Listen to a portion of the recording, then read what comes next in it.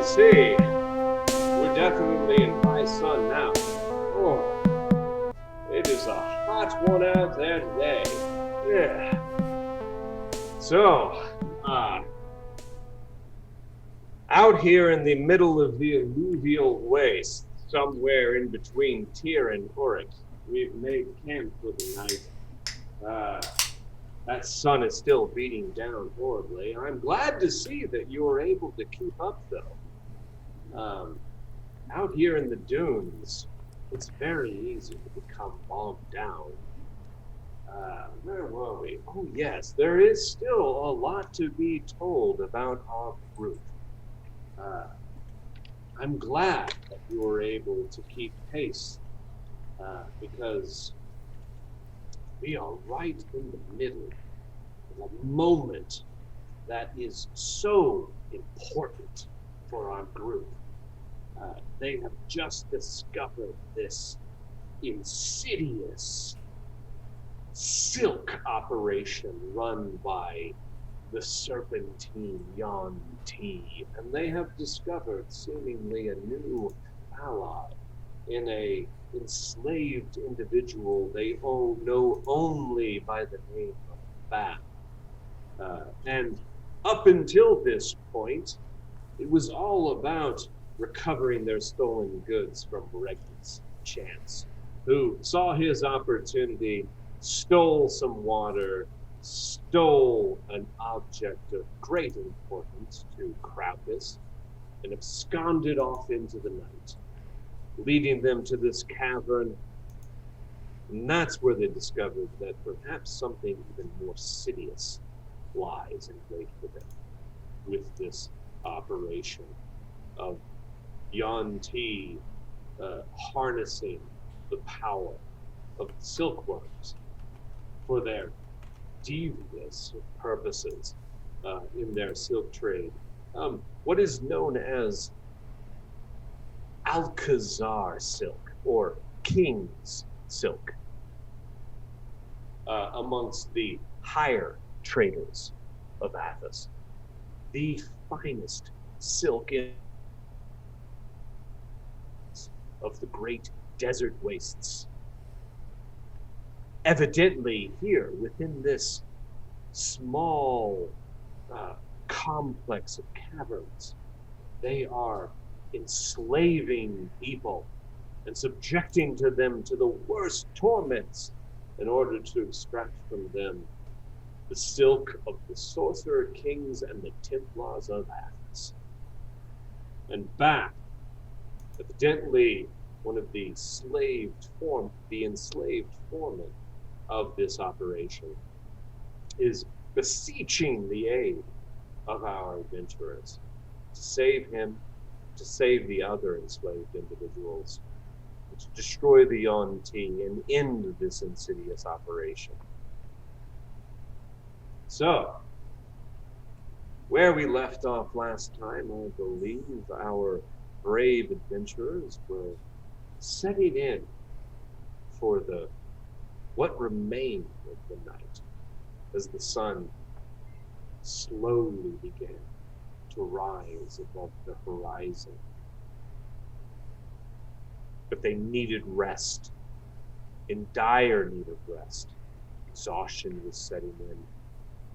They had very little water left after Chance had taken from them at least a third of their reserve. Their water skins had begun to rupture, so they must repair them. They have managed to kill one of the hunter worms and secure for them a small cavern filled with the silken husks of former prey. But theoretically, no hunter should return, giving them a safe respite at least for a few hours to gain some shut-eye, get some rest, eat some food, drink what little water they had, so they could then follow BAP, who Ma'ak had made a psionic connection with, and hopefully could tell them exactly how they should infiltrate this nest serpent men, the Yuan-Ti. So, as we begin our long rest, what is everyone doing?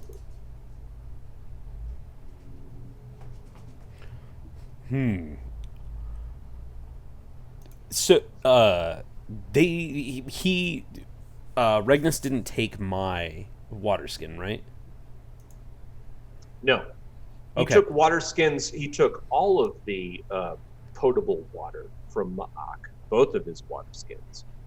And he took one of the water skins from Cha'ar. Okay. I drink my fill of water from my skin without offering to share with anybody, and I start scrounging for food. Well, you greedily drain your water skins until they are utterly empty. The rest of the group witnesses as the... how tall are you? I am 11 feet. As the 11-foot tall, how heavy are you? 1,000 pounds and something. 1,000 pounds and change. As the 11-foot tall, 1,000 pounds and change, half giant Craucus greedily just quenches his 1,300 with 1,300 pound half giant. Quenches his thirst with several gallons of water from his water skins, with no consideration for the others, until perhaps the moment that you bring your water skin down from your mouth and you glance across the room as water dribbles down your jowls and slickens your bare chest, and the other group is sitting there staring at you greedily and probably somewhat frustratingly.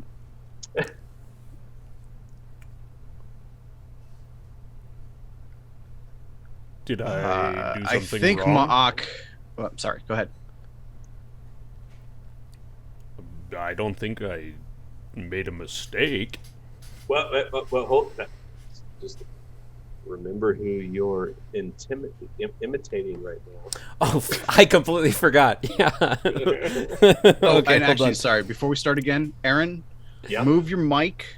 Think of it almost like a can. You want to speak down into the column of your microphone. You have it pointed away. It's almost like you're speaking across it. Can you move it, point it towards yourself a little more? I think it might pick up. Kind of like you're drinking into a beer. That's already sounds better. Okay. Awesome. Okay, so sorry. Go ahead, Crocus. Okay, I forgot I had like glommed onto Desi. So yeah. Okay. Just start off with a couple. Wee wee. Wee wee. Wee wee. All right. Did I make a mistake? I do not think so. I think Ma'ak looks on in horror as you probably spilled a day's of ration for him down your chest.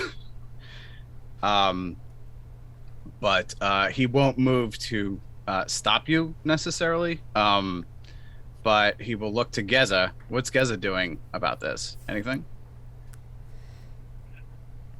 Did we successfully rest and regain our everythings? We're settling in. Well, you're setting in to rest. Oh, okay. Yeah. Sorry, I was tweeting. Craucus, our resources are always limited, and you should make sure that all of the water makes it into your mouth only, or the mouths of those around you. You know this. We've talked about it before. Oh, yes. If anybody would like to drink, there's still some on my chest. No, thank you. Take us. I will scrape a little off of your chest. Here, come here. and I lift Gezo up to my chest, and I hold him almost like a little baby bird. Yeah. You feel There you are. A weird bird tongue across your torso.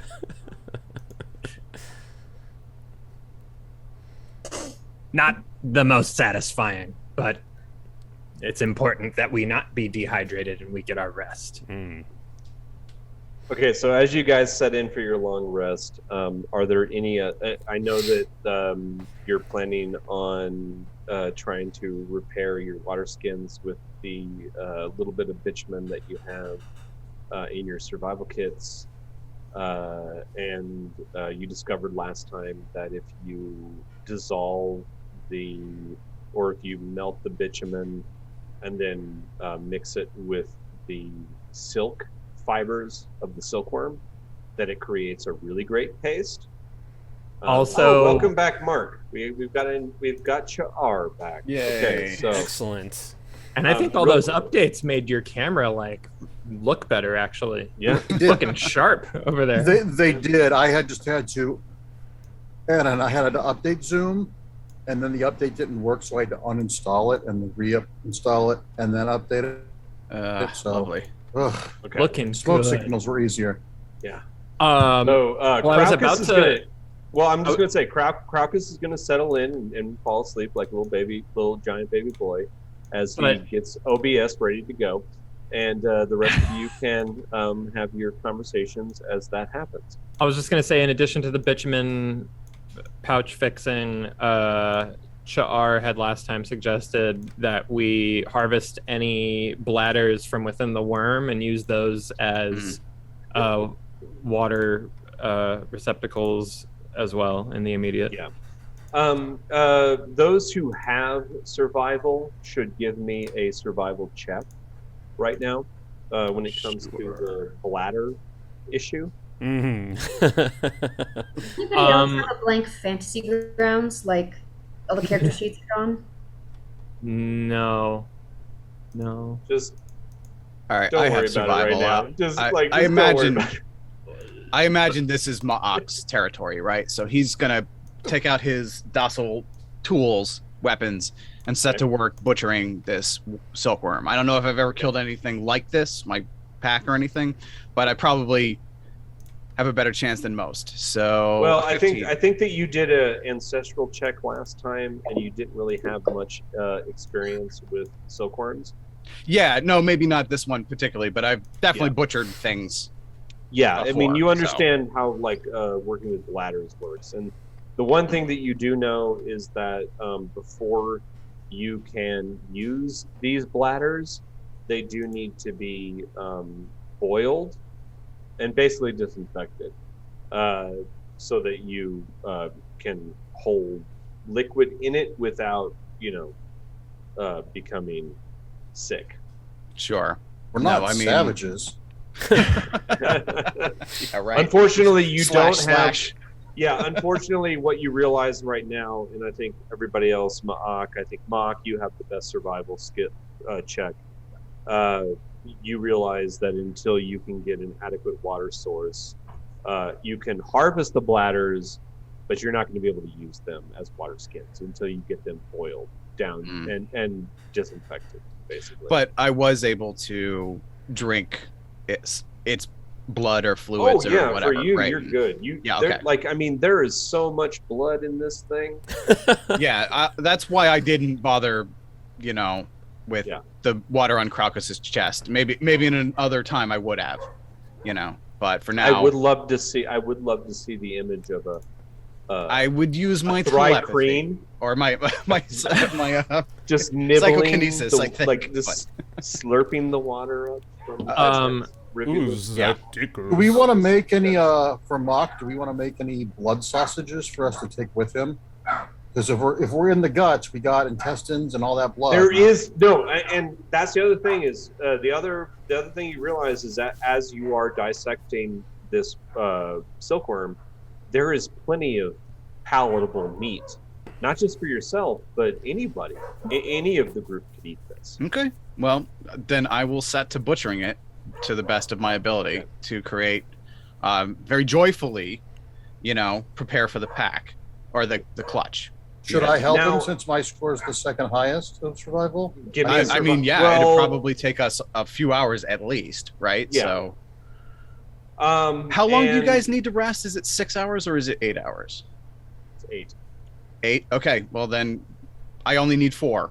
So I have 4 hours that I can spend doing this. I have a question about the rests. Isn't it like it's an 8-hour rest because we're all taking turns watching? If Ma'ak's doing the watching, can we just get a solid 6 where all the humans are sleeping? Yeah, And I'm a dwarf, unless so you like, if you're fine with nobody doing watches, then you could get a solid 8, minimal. And Ma'ak would be because Ma'ak, like an elf in another world,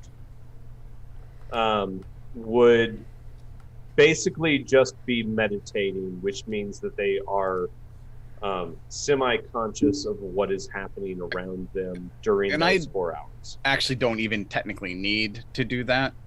That's more of a holdover from second edition, that the psionicist would practice meditation. I think Ma'ak would practice it as the sort of light activity to recover his psi points or whatever, but technically just 4 hours of light activity, just walking and talking and eating, is enough for me to recover everything. I imagine too that it would be hard for Ma'ak not to try to tell stories during this 4-hour period. Yeah, everybody's asleep. It's like, well, this is where we share. Does butchery count as light activity? I would think it probably wouldn't. I would think anything that I need to roll that's score intense. for. That's If why you've I was ever saying butchered something. 8 hours. I only need 4, so I can butcher for 4 hours. Okay, or whatever. But if no one else is doing watches, we still need 8, not 6. Was that right? Mm-hmm. Okay. All right. Well, then I can the butcher rest for of 2 you, hours. you do need like actual 8 hours of sleep. Okay. All right. Well, Sleep whatever. or like laying down doing nothing. Right. So who gets 8 hours of sleep? Do I need half the sleep because I'm a half dwarf? You're a full dwarf. You're not a half dwarf. You're not a mule. No, you the only person here who only needs half the time is Ma'ak. Everybody else needs 8 hours. So, meanwhile, you can also possibly reestablish your connection with BAP once you get through those 4 hours. But during those 4 hours, you can sit and, long story short, it's going to be my catchphrase on this game. Long story short, you get through your 4 hours, no problems. There's no other hunter worms coming through. Yeah. Sorry. There's no other hunter worms come through. There is a little bit of anxiety and tension during those first couple hours because BAP told you that in addition to the Queen's brood chamber, there are at least half a dozen other hunter chambers in the vicinity. So there was that tension. But after a couple hours and nothing else shows up, you think that obviously each hunter has its nest and they don't encroach on each other. All right, then. Hopefully we can finish they can finish their sleep in peace. But if I think I can reestablish my meta concert and include BAP in it, I will do that. Give me an insight check. Sure. Let's see. Not my best, but I'm pretty wise. Ooh, a 10. 10. You're uncertain. I but probably you're not need to see him again, pessimistic. right? Well, you're not pessimistic about it, but you're also not overly optimistic about it. You're kind of like, maybe not. Okay. Well, I'll continue to try until I think I can do it. Okay. But I will start Metaconcert at least once my other clutchmates awaken. I'm still learning these words. But yeah, once they are back up and awake, I will pay the first hour's worth of meta concert. I'm going to limit it. I need my power today, so I'm going to pay the minimum and just have two plus myself, right? So we'll start with Desi and Cha'ar like before, but I will eventually start to try to move off one of them and make contact with BAP. Okay, so 4 hours, you do your 4-hour meditation, regain your side points. Nothing happens. You know that you still have several more hours before any of your clutch mates begin to rouse. Okay. We now go to BAP. BAP, you are back. You are inside the chamber beyond T, where you've been now for months. You have lost contact with the individuals who have shown up, who you gave pretty concise instructions on, and you haven't heard from them for hours now. Your anxiety is starting to elevate. Give me a wisdom check. Okay. So wait, I gotta give me a second. This is my first time making an official roll here. Yeah, roll virgin. Am I right? And it begins. We should put you up on the flashing me stage back and to, we should auction you literally off. to my high school. Ooh, nice. Oh, Nice roll. good. Oh, make sure you announce it when you announce the number. I Because rolled a lot a of listeners can't see it. 19. Nice. That's not in BAP's 19 voice. That's in for Mark's. BAP for his wisdom. His wisdom check. So now you know what? Let's go ahead and turn that into an insight. If we turn that into an insight, does that boost that at all? I will tell you in a second. What skills I've got? Yes, I've got. Well, the total it says for insight is +3. +3, so it's a 22. Okay, so BAP, you're a patient person. And you understand that most of your, I don't want to say machinations, but most of your plans involve patience. You've been here you've been enslaved to the Yuan-Ti for months now, to the point where you literally do not know how much time has passed. Down here in the caverns of that the Yuan-Ti have taken control of, there is no sunlight, and there is very little light to begin with.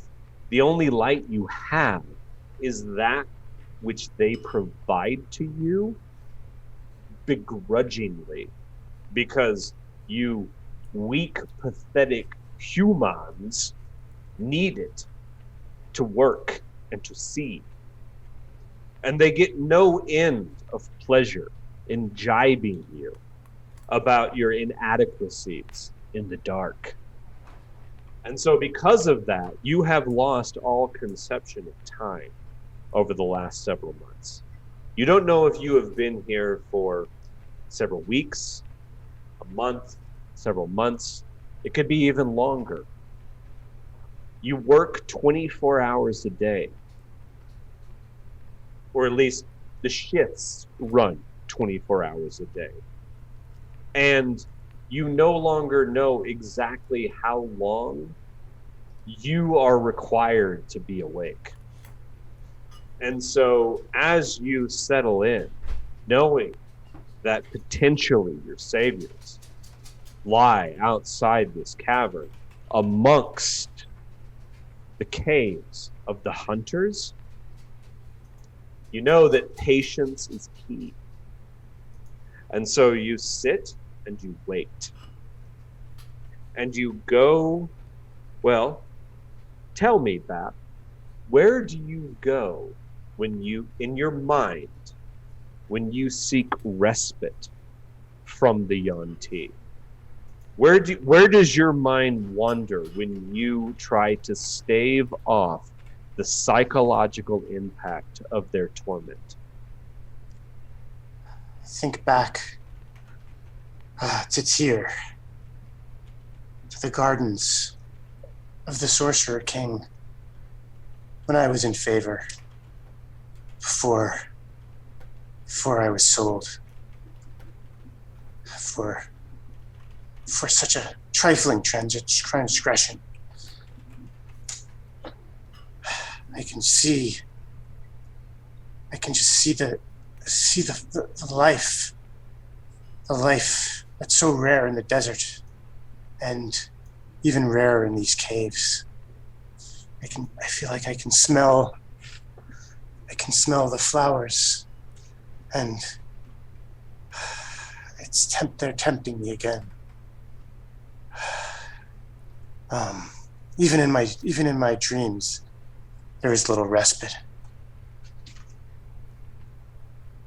Okay. Is there anything you want to do? Any actions you want to make? So, in the meantime, here's a question, and it's just so I'm looking at my secret map.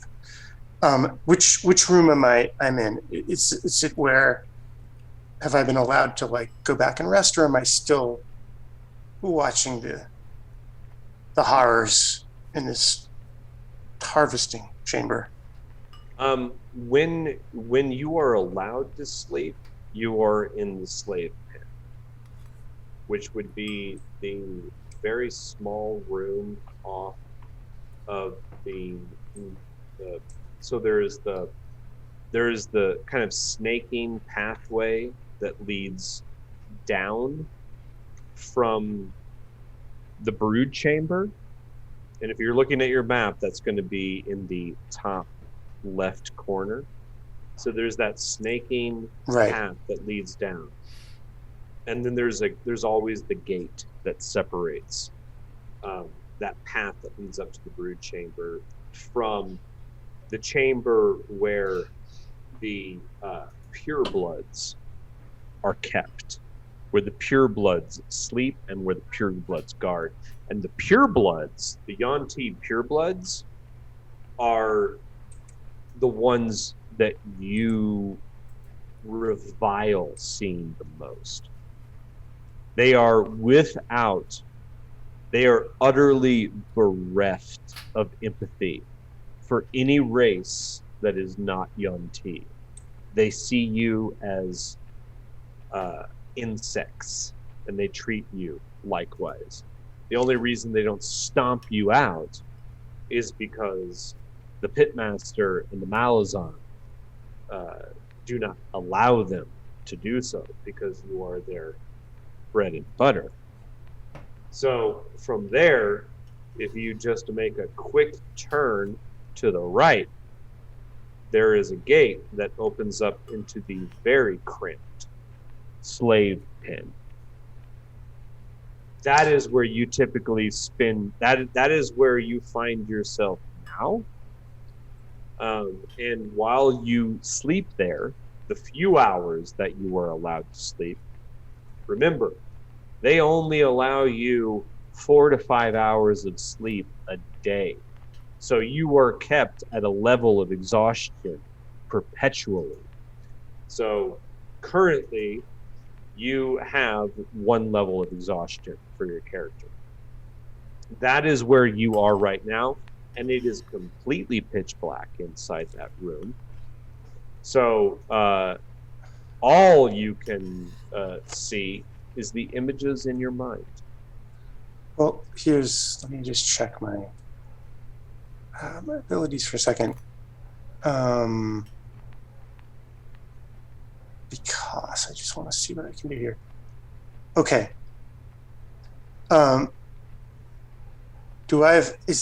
There's no Yuan-Ti in the chamber, right? No, not currently. I'm wondering if I do have a cantrip. I can use light as a cantrip, right? Yeah. I'm wondering if I can make... Ooh, sorry, go ahead. Well, I'm just going to say, recall, these are all of the things that you have been saving since your captivity. So... Well, my thought was if I feel like they're coming imminently, and if I don't have a sense that I'm in immediate danger, I could use just a little bit of light so that I could prepare a ritual. That would take an hour to cast. Okay. Which would be Find Familiar.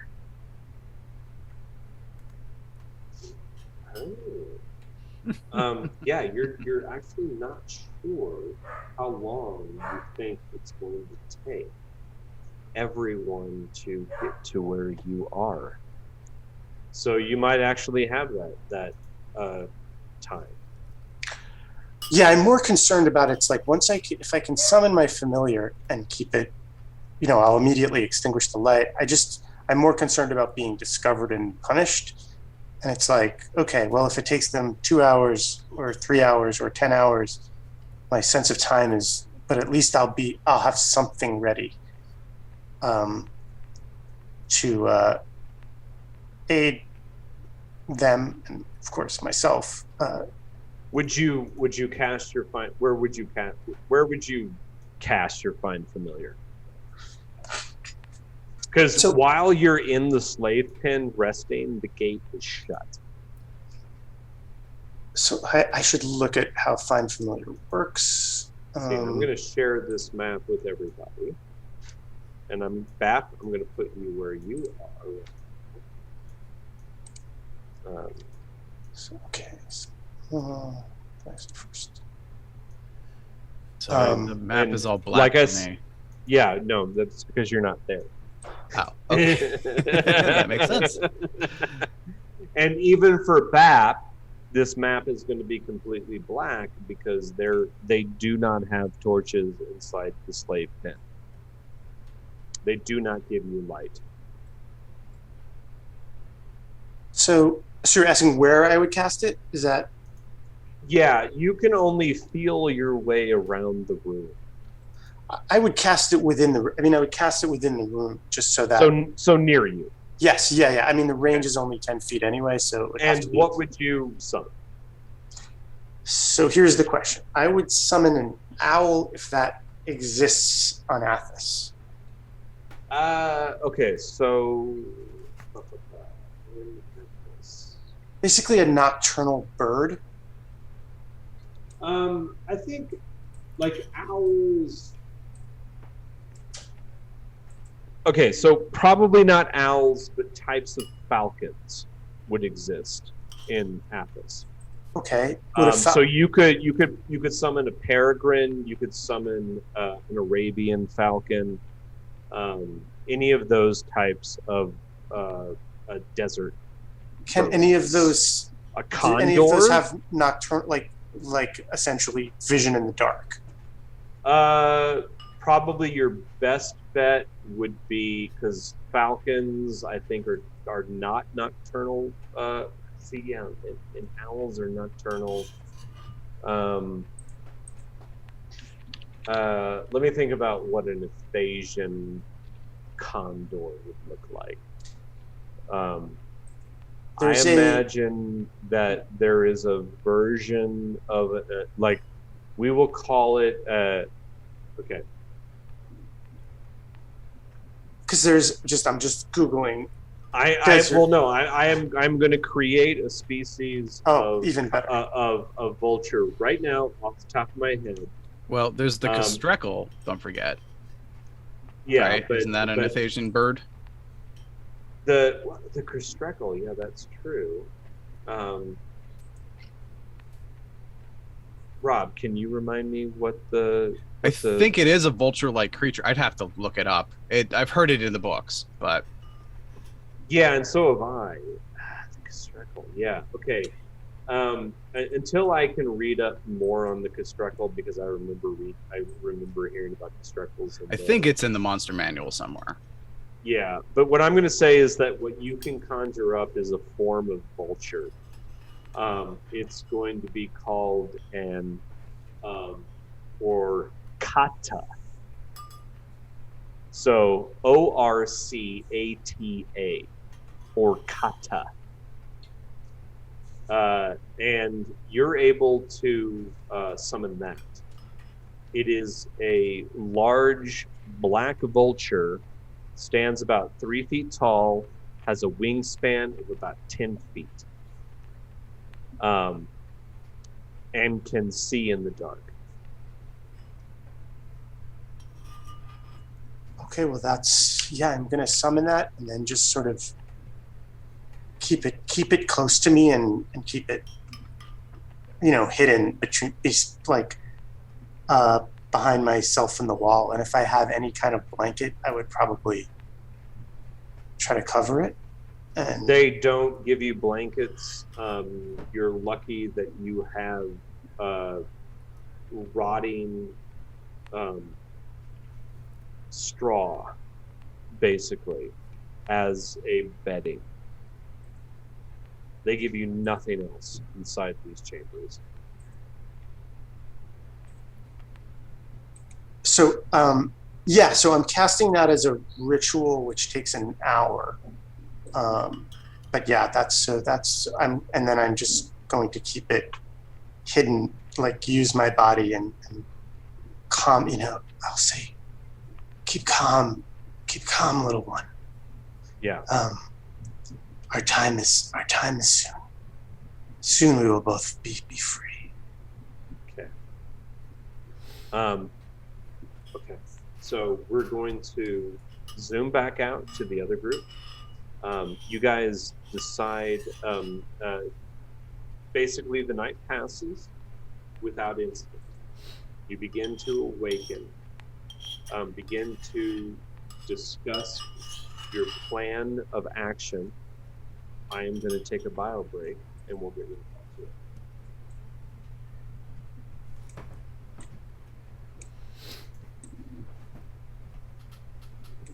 Do we all want to take a break, or are we just waiting for Aaron and discussing on our own?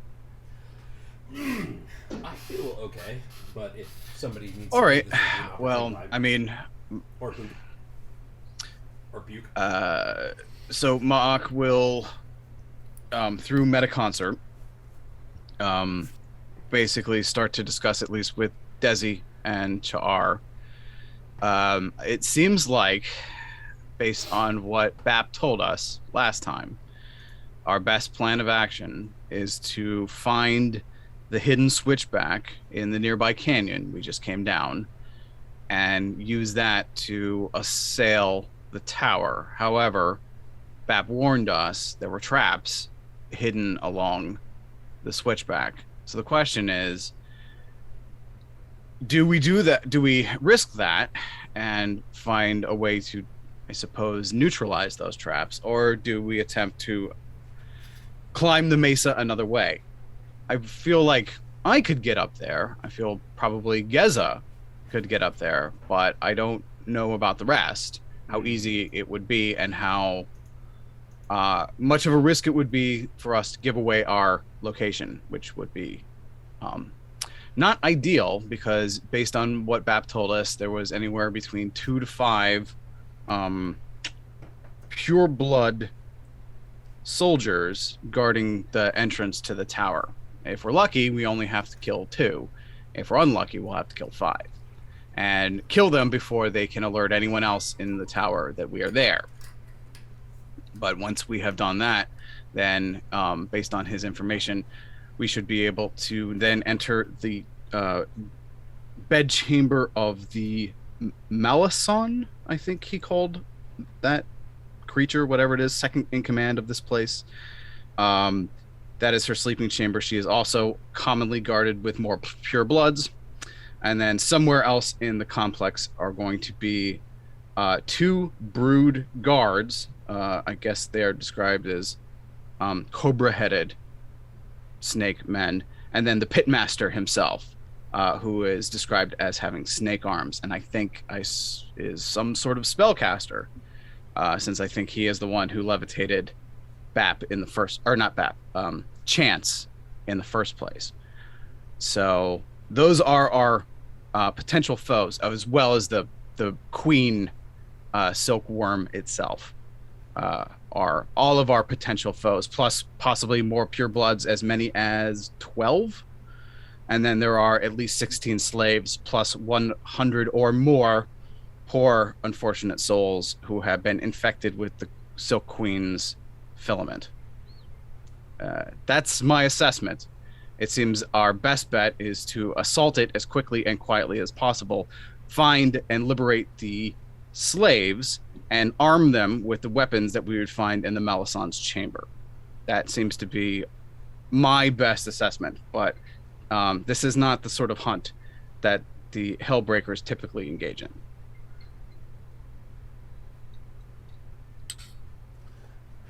Do we actually think that these slaves are in mental and physical condition to fight? Or are we just using them for cannon fodder? Well, I promised BAP we would liberate him. I don't know if we can press them to fighting, but in theory, they would want to fight for their freedom. Or die in the process. Who can say? We should give them the opportunity if they want to join us. If not, we can cover their escape. And do we know what floor they're on in the tower? Okay, so based on how he visualized it for me, it seems like there'll be some sort of landing in front of the tower. We go into the tower, there's the bed chamber, and then there's a ladder that goes down to a I guess either the spinning room or the brood chamber. I'm not entirely sure. I got a clear picture of that, Aaron.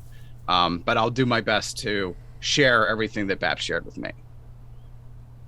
Yeah, until you reestablish a connection with the BAP, you're just going to be going based off of what he told you from the previous day. Dude, talking to the mic.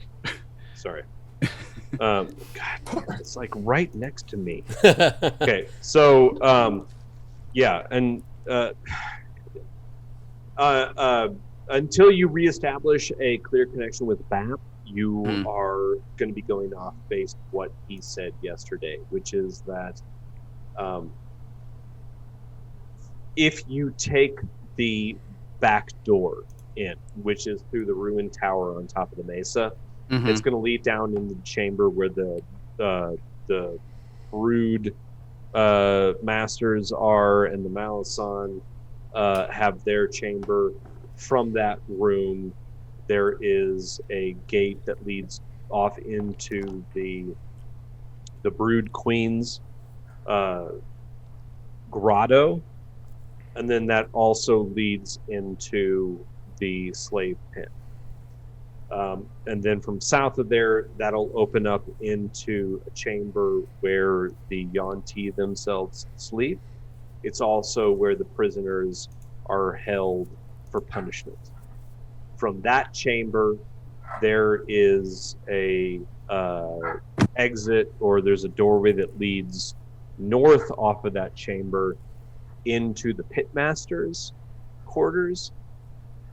Supposedly up in that pitmaster's quarters, there are viewports that look into the queen's brood chamber. And then off to the west of that main chamber, not the pitmaster, but the main chamber where the Yuan-Ti sleep, is the entryway into the spinning room where the silk is processed. And then south of that main chamber where the Yuan-Ti sleep is the primary exit out of the caverns themselves, and it's heavily guarded. So the pitmaster will most likely be found in his room, and we want to do that before we go into the brood chamber because he'll see us otherwise, because he can just look in on that room, right? Also, the idea is that that's where Craucus's statue is being kept. In theory, the pitmaster took it, right? That's what BAP told us? Okay. So we got to get there one way or another. So just to understand the geography again, we have this tower that there's actually nothing really in. It's an entrance, and everything else is underground. Yeah, except for that that tower is guarded by Yuan-Ti. And there's another exit down below in the cavern, in addition to the tower. And that leads through a complex system of ravines, narrow ravines carved out of the mesa that lead back in. And in those spaces are where all of the small hunter caverns are. So to go through that is not only to go through all of the chambers where all of the hunters dwell, but also then to confront the Yuan-Ti head on. Well, if we can find out where from Mark's link with BAP, where they are exactly and get an idea of that, can't we do something like a reverse Trojan horse, like start a fire outside both entrances so smoke is going there to cause chaos? And if we know where the slaves and the prisoners are, some of us can split up and some of us can free them. And like, I just imagine if we lit a fire and a bunch of them come running out the door, if we just have Crocus standing outside the door with an axe, it's just a matter of boom, boom, boom, boom, boom, boom, boom. It's almost like a conveyor belt to kill these things. Or is that way too simplified? I'd like to kill as many of them as possible before they know we're there. That would be we are vastly outnumbered. Well, that's why I think start doing something like starting a fire or something to add to the chaos would be our benefit. It wouldn't be a bad idea. And if they're so skilled, we're outnumbered both by skill and by strength. Sneaking in and trying to off them one at a time. You said that you guys are having this conversation mentally, right? For the most part, yeah, because Ma'ak really hates speaking in common. Yeah, okay. Snob. But the conversation about strength would have made Crocus speak up. That's. I feel like maybe you guys translate for me a little bit. Like Ma'ak thinks this, Ma'ak said that, whatever. Oh, okay. I thought it was private. I didn't. It can be private, and for the most part, it is. I mean, you guys, it's not that he's cutting you out. You're just new. Yeah. You know. And also, I want to save my strength because I don't have that many psi points, and we're about to go to war. Yeah. So I want the mind link up, but I also don't want to. I want to reserve my other abilities. So and we still have Desi's toxic feathers, right? Can we, make some sort of like when castles dump hot oil over the edge? Can we make some sort of liquid, toxic liquid, and when they're coming out of the building, dump it on them? Because the stuff on those feathers is extremely toxic to everyone, if I remember correctly. Yeah, as far as you know, it's toxic universally. I mean, it hasn't been tested, but yeah, you're pretty sure. Like, what the Orcatha had on them isn't good news for anyone. I don't know that it's fast acting though. And I mean, does anybody have a crossbow as a weapon? We could tip arrows. I think wood's too valuable. But okay. So here's the thing. I like your idea of creating distractions, especially since you are so talented with fire. That is a unique stratagem for my people. But I like the idea that if we could let them think that their operation here is in jeopardy, i.e., their caves are on fire, their silkworm caves are on fire. They may send purebloods and whoever else out to investigate, reducing their numbers as we simultaneously assault from the back door of the tower and then come down. And so maybe it would buy us time, if nothing else. Well, the question is, can we coordinate it in time so that our assaults are, so that we're not, the party is actually not split when combat ensues. Sure, but if you can reconnect with BAP and give us a more detailed idea of the schematics of this building, if we start a fire and I work with the fire, Geza is a wind exarch. We can blow all that smoke in, literally smoke them out, so they don't know it's an attack. They think it might be a fire somewhere. And in the haze, if in the chaos, Mock can say to BAP, "You guys just huddle up and stay where you are, cover your mouths. Warn them what it is." Well, then let me Let me attempt to establish my contact. Once again, I don't know how much strength you have left and if this is a viable thing, but I think the only way we're going to get them is with a surprise. And the surprise, if it's if they see smoke and they think their base is on fire, they're going to react differently than if they think they're under attack. So exactly. No, you're right. You're absolutely right. Aaron, what do I have to make another insight roll, or am I pretty sure that I need to actually lay eyes on BAP again before I can establish my meta concert with him? No, I think since you've already established contact with him already, it should be fairly simple to do again. All right. Then I will, at Char's advice, I will sit down and focus, and I will move the nexus of my power from my heart, which is where it usually is, to my third eye, and I will seek and search for the mind of BAP. Okay. And going back to BAP, as you lie there in the absolute pitch black of the slave chamber, suddenly there is this it's like a waking dream, where you suddenly see this planescape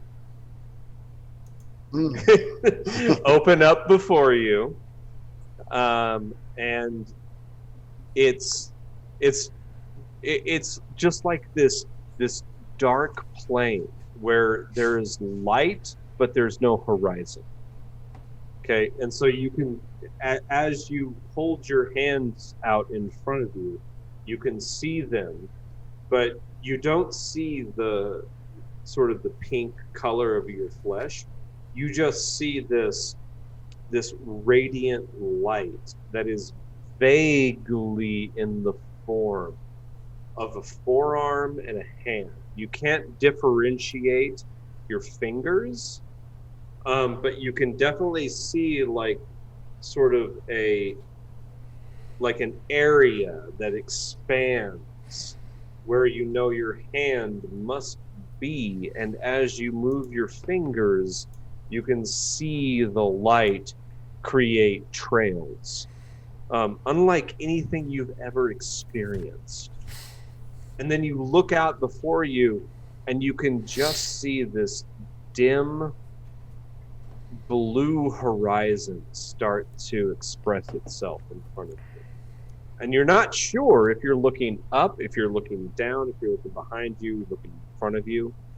You just know it's directly in front of where your eyes are looking. And then suddenly you see this radiant form burst into light.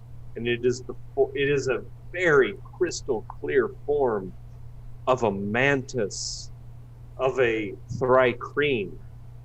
But it is, I mean, you can see everything. You can see the form of its head, its body, its arms reaching out, the arms coming out from the middle of its abdomen, and then its lower legs, and its lower abdomen, thorax. It is crystal clear. I mean, granted, it is just a radiant form of energy. It's very clear, down to the most minute detail. And then once again, you look back to yourself and you move your hand, but all you get is just this kind of like blob, this like glowing blob off of a stick that seems to kind of reconnect to your body. And you look down, you just see this amorphous mass existing in this space. But then you hear, what does Mark say? Greetings to you, friend. BAP, I think I've found you. Is this real? It is, quite right. And you can see now, not only am I sort of the sort of perfect image of a thri-kreen, you see that there are other arthropoid, arachnid sort of projections that sort of morph into shape and then change. So like at some point you might see a scorpion tail appear on his abdomen. You might see that I actually have 8 legs like a spider, and even occasionally like dragonfly wings might sprout from my shoulders and then sort of fold back into that sort of thri-kreen space, where even my 3 clawed hands occasionally will morph to become like the long stabby femurs of like an primordial mantis. And I look down at you and give you a nod and say, we are now coming. We have regained our strength, and we will begin by assaulting the tower. However, we are considering creating diversions of fire within at least one, if not more, of the silkworm caves. Do you think that that would draw enough of the purebloods and other soldiers away that it could give us advantage when we assault? Well, that's a good question. I mean, the Wanderer, I mean, do I have any particular knowledge, or is this... Give me a basic intelligence check. Okay, let me switch here. Wish we had those in real life. We'd be depressed at how many people would fail them, though. So, all right, basic intelligence. I watch C-SPAN. I know. Okay. Let me do this.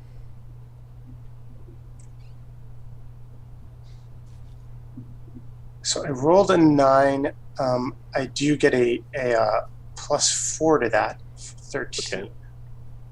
Okay. Just so you know, if you want to actually roll based on your ability score, roll that on your intelligence. Yeah.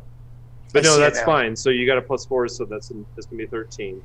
So with a 13, you are pretty sure that that would definitely alarm the Yuan-Ti, because you know that one of the primary sources for subjects, for hosts, is through the hunters. And again, you don't know exactly what this symbiotic or perhaps parasitic relationship is between the hunters and the queen but you know that the hunters are the primary source for hosts to the queen. Even though the hunters don't offer up their prey to the queen, it's always the Yuan-Ti who come and extract them. But absolutely, if the hunters are threatened, the Yuan-Ti will freak out. So, Mark, yes, the Yuan-Ti prize their hunters. They will, if you hurt them, they will come. All right, then. Well, we have slain one already. We understand there are 6 more, potentially. We do not wish to fight them all. As you're conversing, suddenly you see within your psychic space another light body appear. Is it Desi? No, or is it someone else? Desi. It's someone who has the same sort of amorphous form as BAP, but you can tell that they are in a sitting position, kneeling on their knees. Their arms either are to their side or perhaps bound, like basically like held to their back. The head form, which is hard to make out, is back, and you like from like a very far distance, like down the end of a very long canyon, you can hear the sound of wailing. Does that seem like it's close enough to the spinning chamber? Like, does it seem like there's a psionicist in the spinning chamber? Is that what we're gathering here? You can give me an insight check. I will try. Here we go. Ooh, nice. I roll a 21.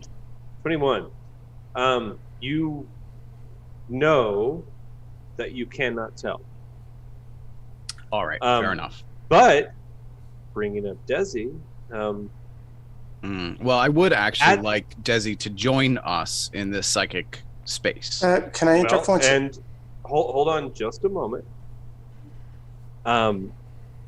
Desi, suddenly a voice re-enters your head, a voice you've heard once before, a voice that came into your head when you were in Cled, a voice that said, "Then I know what you did to your family, and we will find you." That same voice suddenly comes into your head and says, "Where are you, little one?" And you are suddenly surrounded by wailing forms. And you suddenly surge up from your slumber, drenched in sweat, and the rest of you who are not engaged, so Ma'ak does not hear this because you are deeply connected with BAP right now. But the rest of you hear Desi lurch forward and scream. And in that moment, Ma'ak, another individual enters into your psychic space. You see them rise up from the blue as if through smoke, and they coalesce out of smoke, wailing. And you hear a voice inside that psychic space that says, "Where are you, little one?" I put up blind spot. What is blind spot do? Blind spot's the one that lets... Actually, no, I'm sorry. I will start with blind spot to disguise myself from him. But then I will actually activate... If I know that he's looking for Desi, I'm going to activate obscure, and I'm going to hide her too. Okay. So tell me how all that functions. It's basically invisibility. Express it to me. Okay. Tell me what we see in that psychic space. Okay, it's the psychic equivalent of invisibility, but it's more about the opponent, I suppose, their actual perception. It's not that we disappear. We don't actually become invisible in the way that a magical spell might make a person invisible, but it makes us invisible, like almost like they don't notice us, or they see through us, or they just don't register that we are what we actually are. They might see us as something else or see right through us, just not register. In the same, like if you've ever had you're desperately looking for your keys, and you're checking all the rooms of the house, and then you realize oh, I actually did see them. They were on the table over there, and they didn't click at that moment. It's kind of like that. That disconnect is how I kind of imagine blind spot works, right? I just kind of kind of short circuit your brain a little bit, so you don't. It's like you right? Keep the other person from passing through that doorway that triggers that memory. Right. It's almost like we've kind of imagined it almost like a black mirror being held up between my psychic body and his psychic body. So he either sees black, or he sees himself, or sees through me, or so just then not suddenly in Ma'ak's psychic space, a black mirror rises up. And in that mirror, there's this hideous visage of an individual reflected back upon itself. And in that moment, that exterior visage of this individual seeking desperately out for Desi finds its reflection in this dark mirror that rises up out of nothing. And then it becomes locked. And then you suddenly hear this, and then the mirror shatters, and suddenly the visage dissipates. And in that moment, this all happens just before Desi shoots up from your slumber. In that moment is when the mirror shatters in the psychic space, and then Desi, you are left there. You're still in the back of your mind, you have the image of Ma'ak's space where he's talking to BAP. You're not exactly sure why that image is in your head, but the last thing you remember is that image of that face, that horrifying face that you can't place now. shattering into a million pieces, and you're sweating, you're drenched in sweat, and you're having a full-on panic attack. Give me a wisdom save.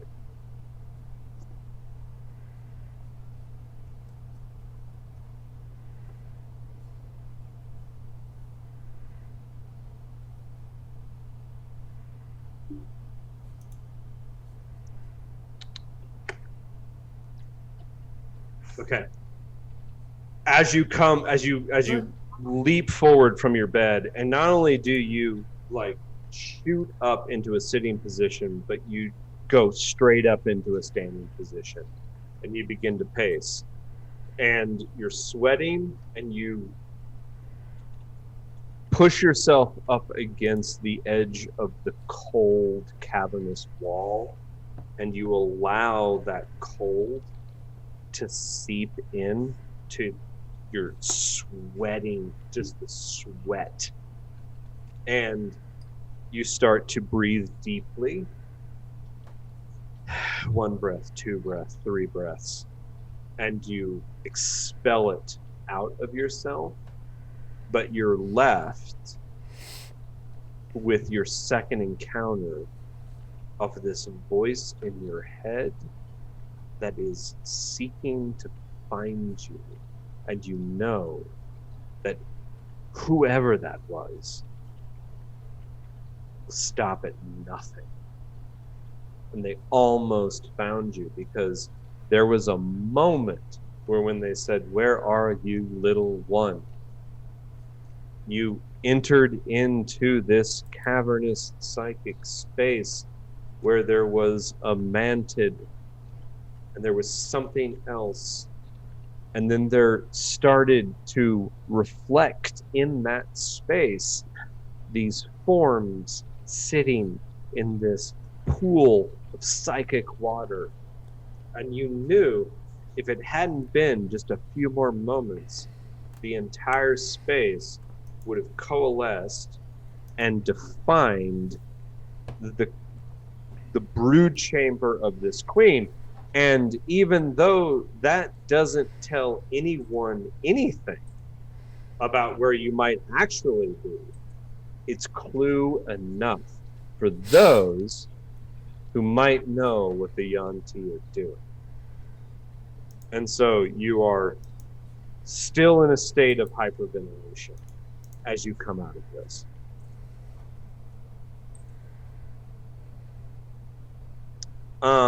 Geza, Craucus, and Cha'ar, give me perception checks.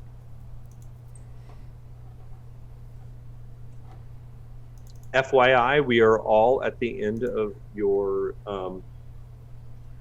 long rest, so none of this is going to impact any of that.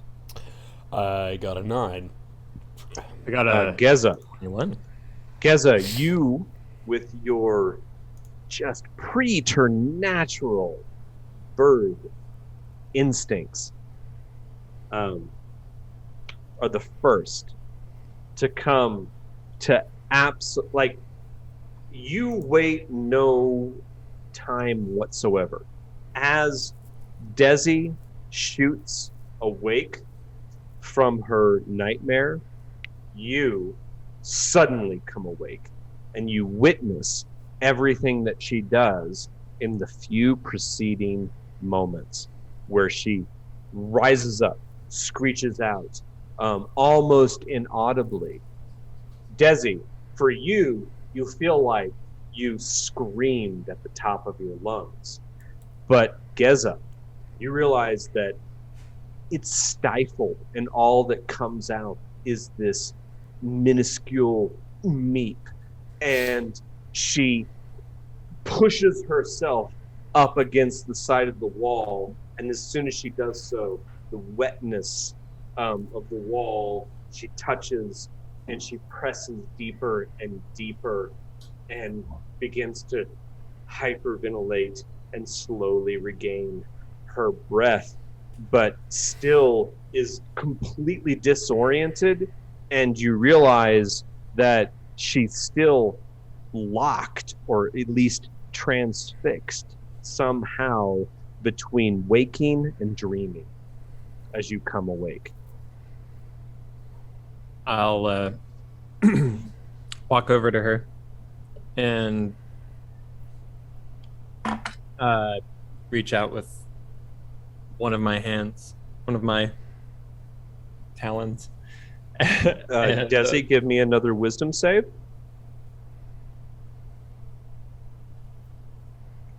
Desi, goodness, this wall is filthy. Are you okay?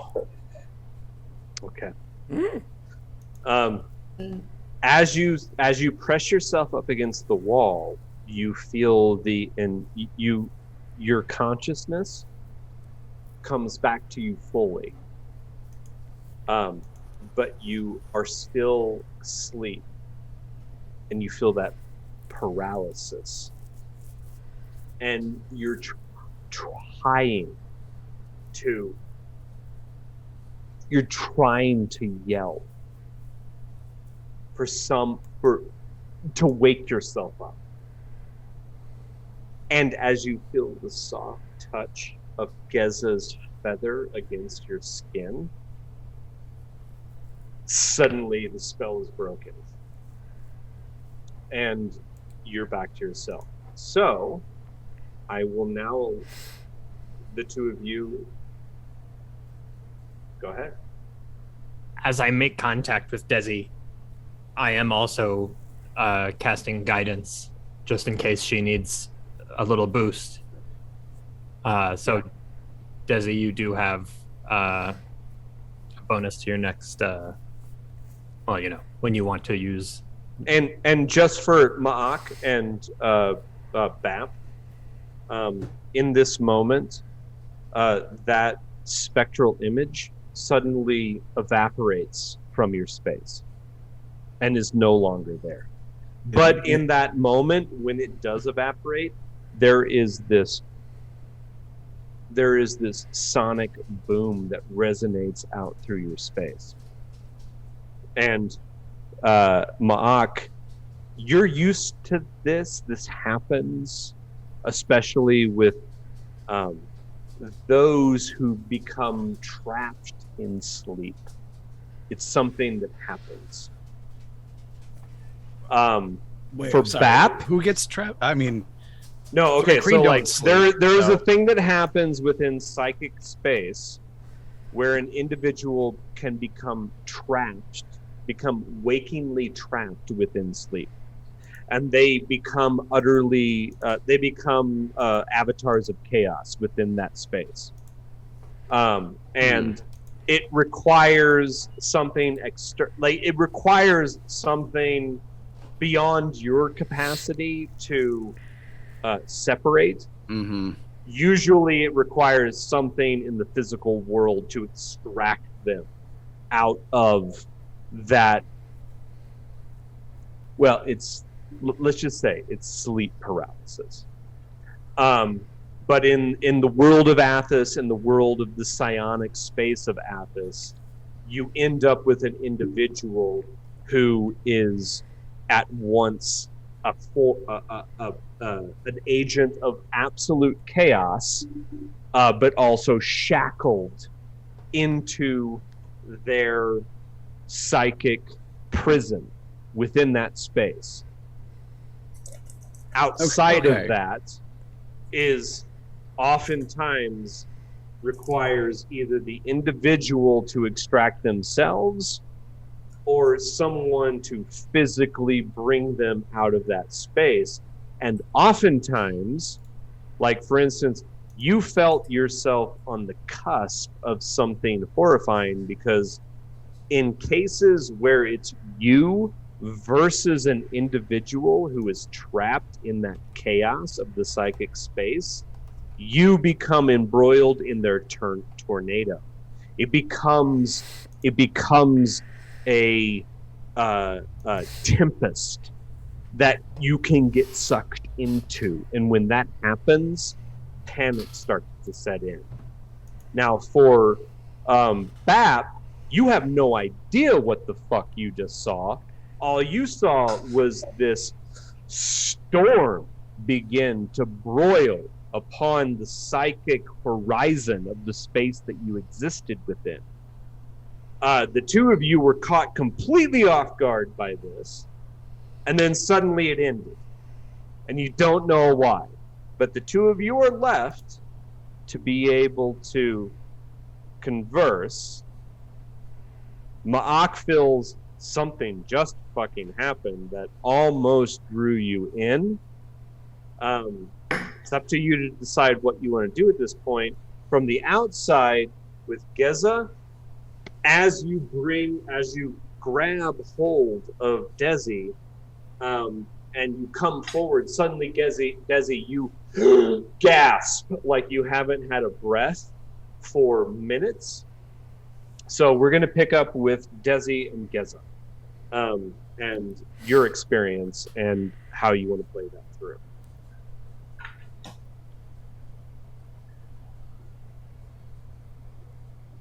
Take your time. You're fine. It was a nightmare. I had a nightmare. It must have been a bad one. I hope you don't mind. I didn't want to disturb you, but you looked fairly disturbed already. But a little guidance goes a long way, so I thought maybe you could use a hand. I believe I've experienced a psionic attack, or a psionic breaking in. From one of the Yanti? I don't know. I don't know what it was. I didn't really get a look at it. I didn't, did I? Like, the face that I saw, I didn't really get any sort of lasting image. No, it's male. But beyond that, you can't get any distinctive characteristics other than the voice, which you have heard once more at this point. I believe I am being hunted by a psionicist. For what reason? Oh, I don't know. I've heard it before. It was much louder, much more frightening this time. And I was surrounded by people, by figures that were wailing.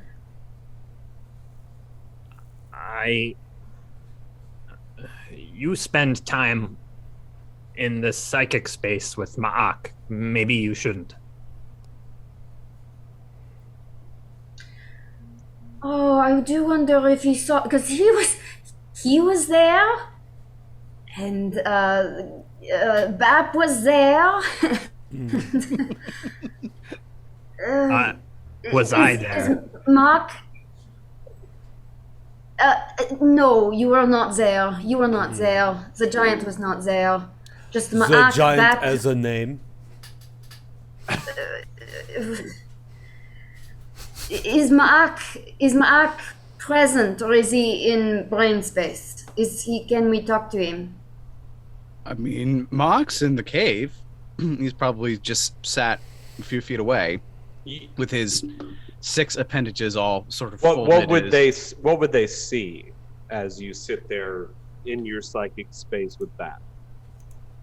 Well, if I've joined BAP's psychic space, which I guess was the way you described it, this sort of well, you horizon. brought him into your psychic space. Okay, well, not the other way. Okay, well, Ma'ak would probably default to just sort of rolling sand dunes. That's sort of his home. That's where he feels most comfortable. But it's very calm there. A slight breeze, maybe, but comforting.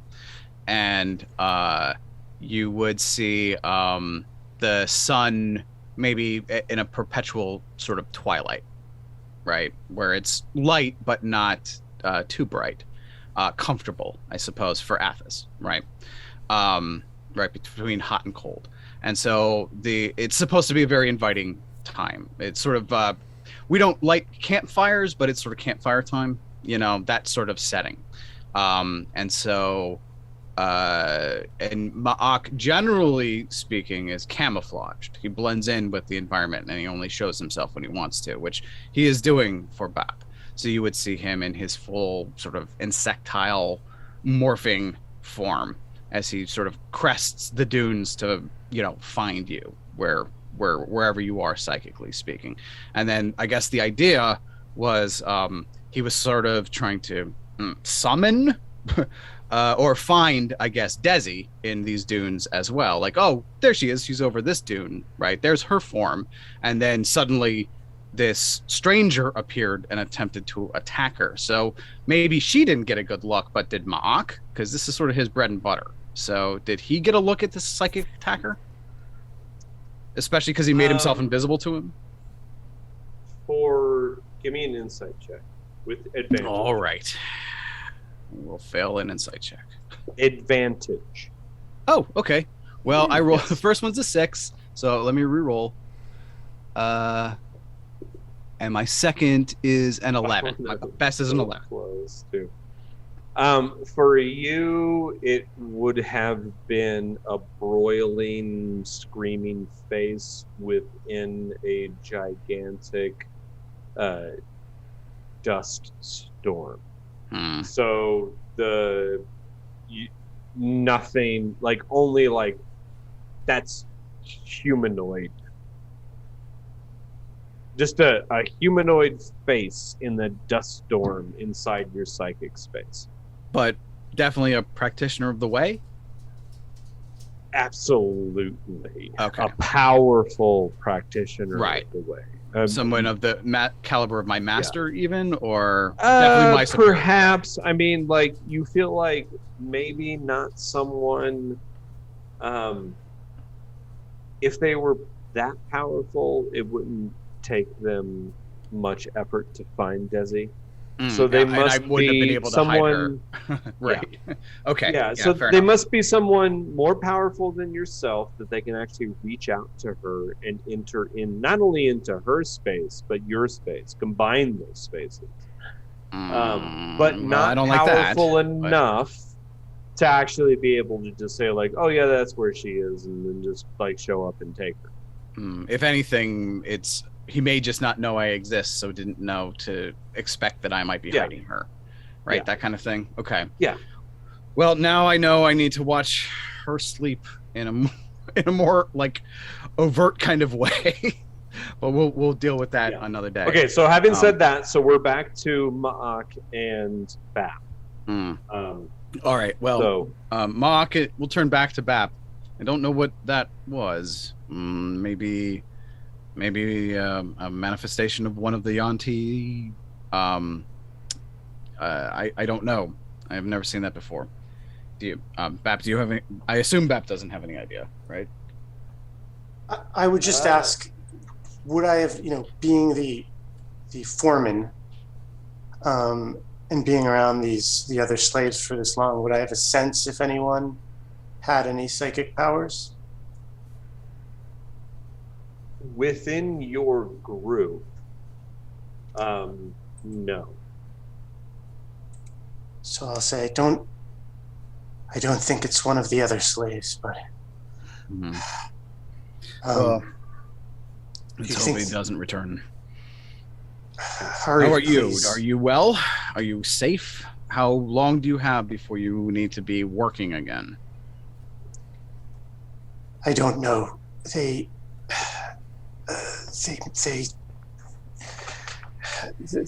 keep us. They never let us sleep in regular shifts, and constantly change our schedules. I lost track of how long I've been here, of when the last shift was and when the next one might be. I always try to just stay ready so that I can be prepared for the... Okay, so real quick, Mark, BAP does know that there is a changing of the guard on the tower, the back door, basically. That the changing of the guard happens at first light, which is coming. Like it's like you're right on the, like you're getting really close to first light, because as soon as first light happens, the Yuan-Ti despise that moment where dawn casts its first rays across the land. It is anathema to them. It's actually part of their religious observances that the dawning of the sun for the Yuan-Ti is what they consider to be the dawning of their doom. And so they always change guards during that time. And so there is about a half an hour period of time where the back door is unguarded. And you just so happen to know where all of the traps leading up the back way are. And so you can tell the group where to avoid so that you do not fall. Because the Yuan-Ti, at least of this group, prefer pit traps. And there are a lot of pit traps going up that back way. And so if the group times it just right, they can make it up through there and get past all of the traps, because the Yuan-Ti also have stations all the way up the switchback of the mesa, where they hold out. And during that transition period, there's like I said, there's a 15-minute period where it is completely vacant. So, I mean, I can say that all, or I can just relay that. I would just say I'd Yeah, relay that to all you that. can say all of that. That's fine. Let's assume that we're on the same page about that amount of information. All right, then it seems that the time to strike is coming. So, should I ready myself? Yes, we'll. So my understanding is either there won't be any guards, or ideally, actually, we spring our attack before dawn. We slaughter the guards who have been on watch all night, and then we ambush the ones who come to replace them. Then we've reduced their number quite a bit. However, how much time would if we, Aaron, I really don't want to play all of this out, but like if we do set a second fire, how long would it take us to get there? Do we have enough time to set that fire and then get up the switchback before dawn? Or do we only have time to set one fire in this cavern and then get up the switchback? What do we think? You probably have one time. You probably have time to do one fire. All right, well, one is probably enough, right? It's valuable enough they're going to send some people. The idea is just how much can we get their numbers down or separated before we go in there? So, but it seems like dawn is the time to strike, especially because they don't want to be out in it. So, yes, you should prepare yourself, and we will, once we have assaulted the tower, if the Melisande, is that correct? The Melisande, if she is in her bedchamber, we will neutralize her, and then there will be weapons to arm you and your fellows. Yes. All right, so that seems to be our plan, and then we're coming for you.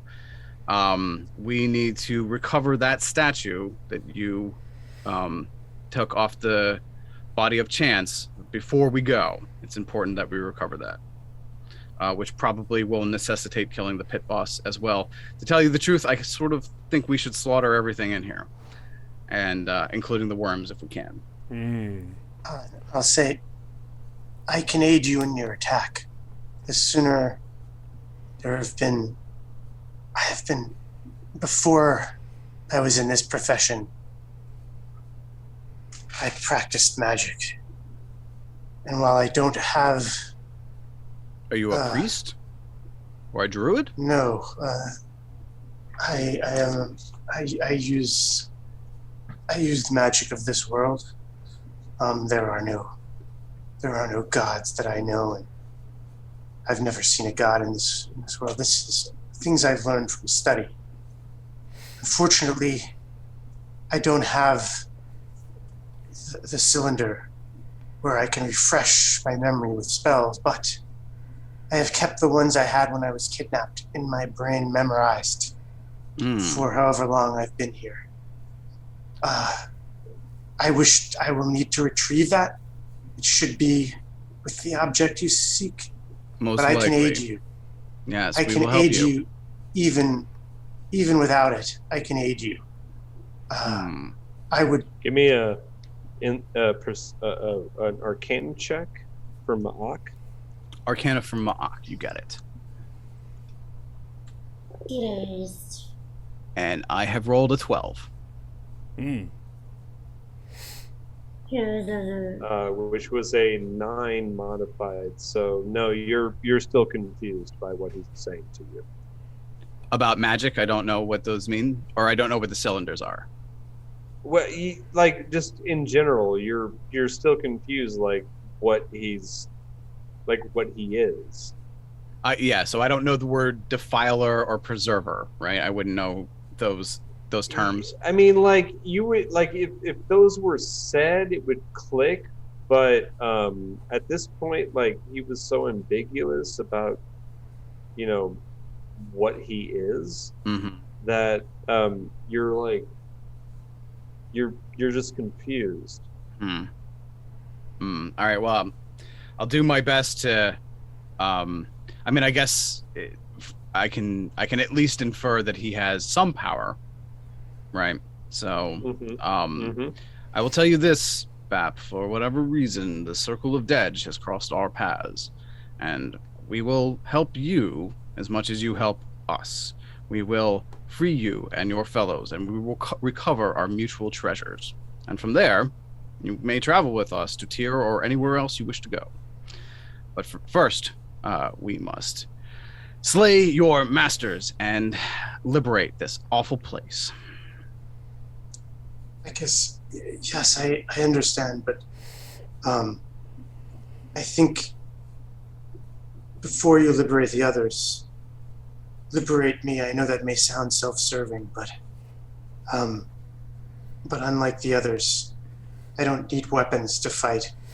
I can use my power, and you will need it. Well, I'm coming for you first, BAP. You are the only slave I made a promise to.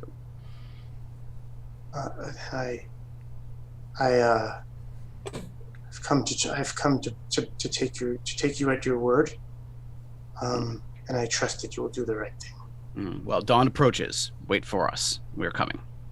Oh, and one quick thing: if you see a bird, a vulture, it is not your enemy. Not an Orcatha.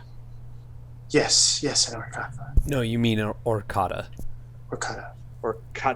Orcata and Orcatha are different. And yeah, you have, totally different. Of course they are. And you have an Orcata. All right. Yes, sounds good. So, I don't know how much more time we have, Aaron, but I will switch back to the group. I will maintain the concert with BAP. But we'll basically I'll relay all of that to the rest before of the we group. continue, I would like to ask everybody: do you have a little bit of time extra in your schedule tonight? Can we go a little extra since we got started so late? I do, but I have to pee. I do as well, but do we just lose? It looks like Emily. Yeah, Emily was saying she had to leave. Literally just lose Emily. No, she's yeah. But she did say she needs to leave in 2 minutes. Do you need to leave in a few minutes, Emily? When I'm at a friend's house, when she comes home, I have to go. How much time do you think you have that we can add? We can tack on to it. Do you want to just keep going until your friend gets home? Yeah. I'd be fine with that. Yeah, I told her I'd be here till 8, and so she may be back any minute. Or okay. And I gotta later. be done by 7:30, which is 8:30 your time. 30 minutes. So let's just take a little bit extra time. Okay. So what is the plan then to infiltrate the den of the Yanti. Well, Desi, maybe you and I can go and create a distraction. And maybe we could create some crossfire between everybody. What distraction are you talking about, Crowkiss, beyond the fire?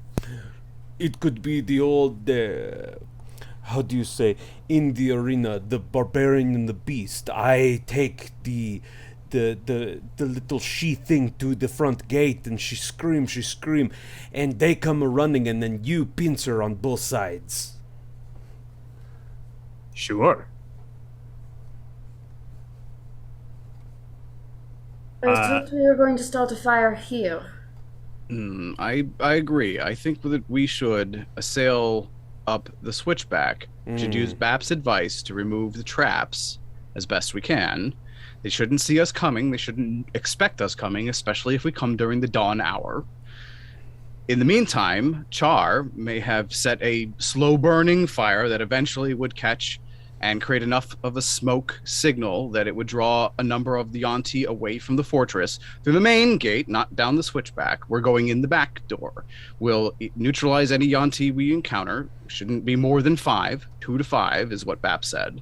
And then, in theory, it might be 0 if they are changing the guards. But sooner or later, we're going to have to fight some of them. The closer we can get to recovering the weapons, neutralizing the managerial staff, so to speak, or any of the other leaders, and the sooner that we can free BAP, he can put his powers at our behest as well. The aperture up above, I saw them walking down a path. What path is that? Is that the back way that we would be taking, or is that which way is that? That is a third way that leads back to the tower. So you have the back way that is the switchback that leads up the mesa. You have the main entrance that goes back through this winding canyon complex that's kind of a maze. And then you have the route that BAP and the pitmaster took when they took Chance out of the hunter cavern where you all are right now. And that goes back across the top of the mesa. But it is easily visible from the tower. So if you were to take that route, which BAP can easily tell you, you'd be spotted half a mile away. Sure. I'm just wondering who's going to see that smoke and come running. Is it going to be the day shift coming on that's going to see the smoke and come, or is it going to be... I was thinking we put the smoke into the tunnels. Smoke them out. Like where confusion. Where we are entering. Where we're going, but if Marc has a psychic link with them, he can be the eyes for us as we go in. I don't know what doing a fire outside their front yard is going to do. It'll call some of them away. It splits the party. Always good. Potentially. There's no shortage of fires we could set, right?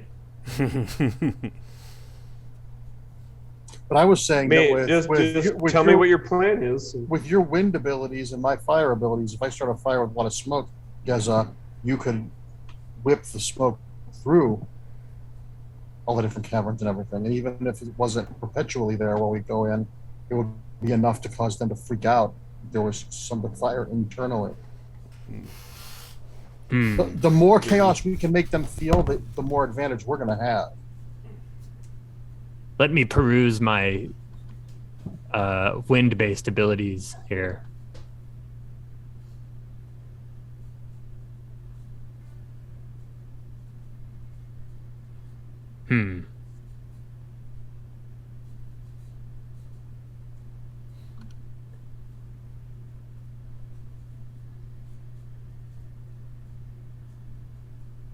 I don't know if I have anything that would...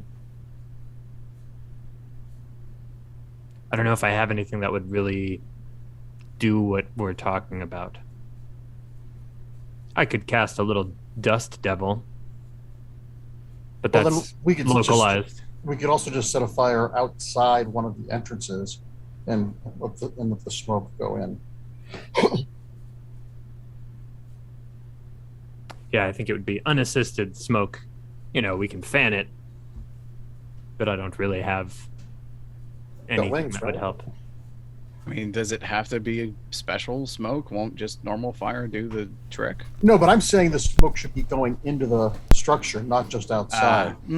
I mean, Smoke Does- them out. Yeah, every advantage. We need every advantage. yeah, no, we definitely do. But in theory, while it might not, I mean, one, we know they can see in the dark, right? So I'm not sure if the smoke, I mean, there's breathing smoke. That's not good. But in theory, we'll be breathing it too if we're going in the other side sooner or later. I guess the other idea is that if it just sort of looks like a normal quote unquote fire, they won't be quite as suspicious and would just send, I don't know. I mean, we don't really know how they think, but Well, they might be able to see in the dark, but seeing through smoke is a lot different than seeing through dark. Dark is an absence of light. Smoke is. I'm going to interject as DM and say, BAP, the Yanti have opened the gate into your enslavement chamber and are forcing you back out into work. And you realize that, there's not much time to make decisions.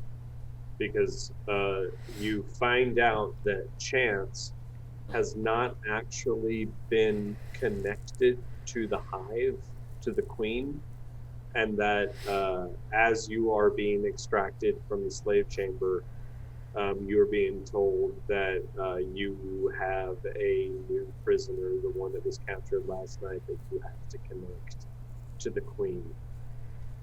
And so time is right. So, two things. First, I'm going to convey this to Mark and say, Mark, your friend, the Yanti have come. They're taking your friend. You need to act now. All right. Well, actually, Aaron, one of my new feat, Keen Mind, means I always know north and I always know the hours to the next sunrise or sunset accurately. So how long exactly until sunrise? Until sunrise, maybe, not maybe, but exactly 45 minutes. Okay. But we'll say 47 minutes. All right, great. So we need to, be on the top of the mesa by 47, or we need to make it to the switchback by 47? What do we think based on what we've put together? You need to be at the entrance into.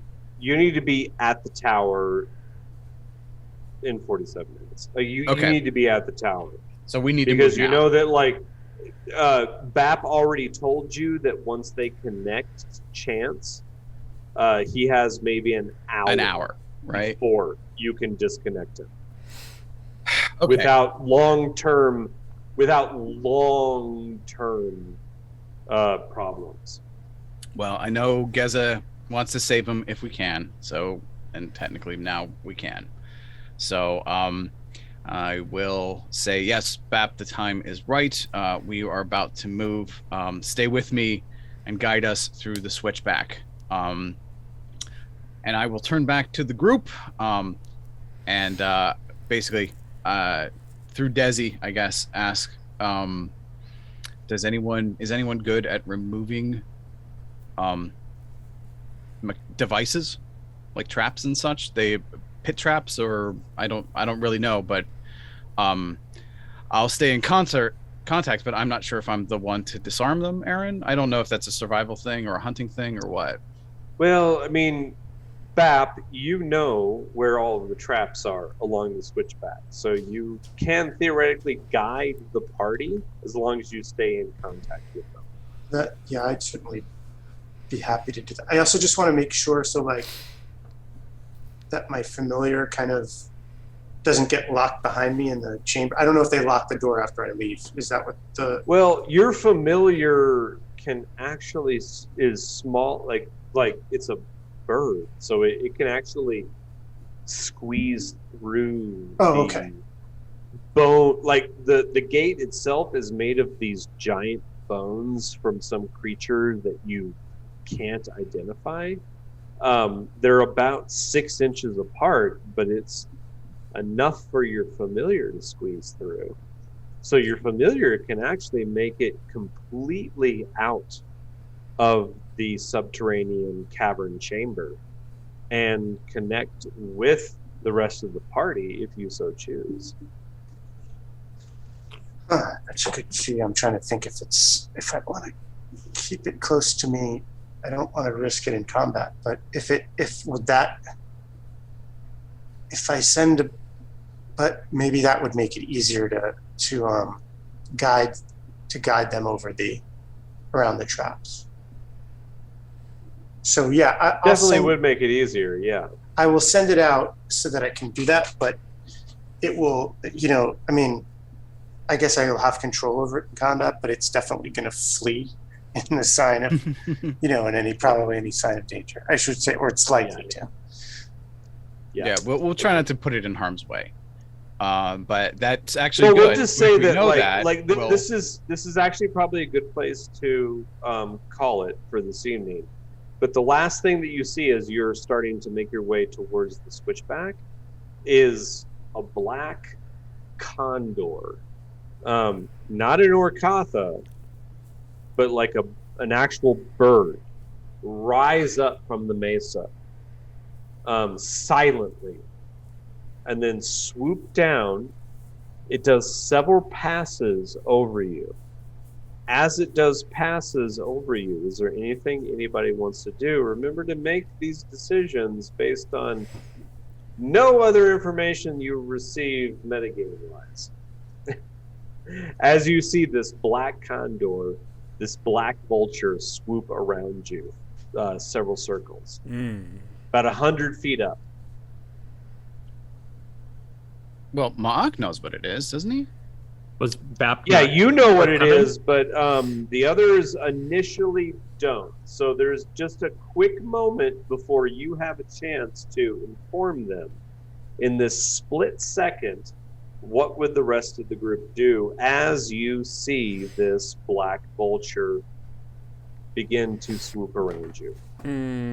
We have butchered food, right? Yes.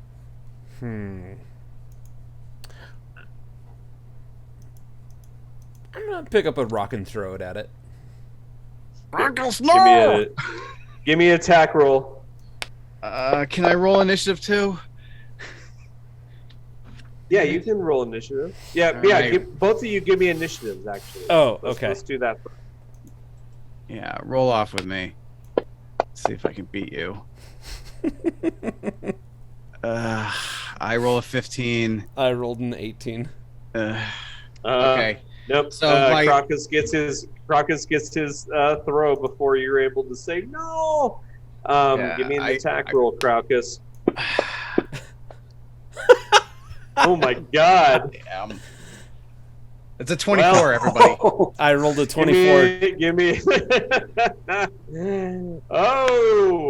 Crocus, give me a D6 plus your strength roll for damage. Okay.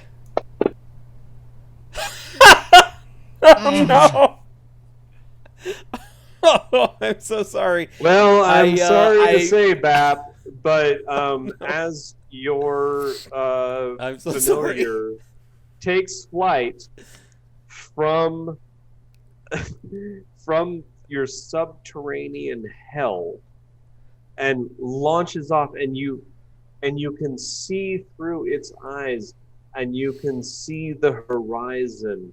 You can see the mesa suddenly descend below you, and you can see the horizon fall, and you can see the clear olive green sky of Athos spread out about you and you begin to swirl around as your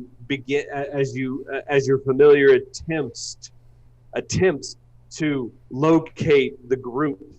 It suddenly spots them, and down there, 100 feet below, there is a massive man who picks a rock up, and that rock sails into the sky.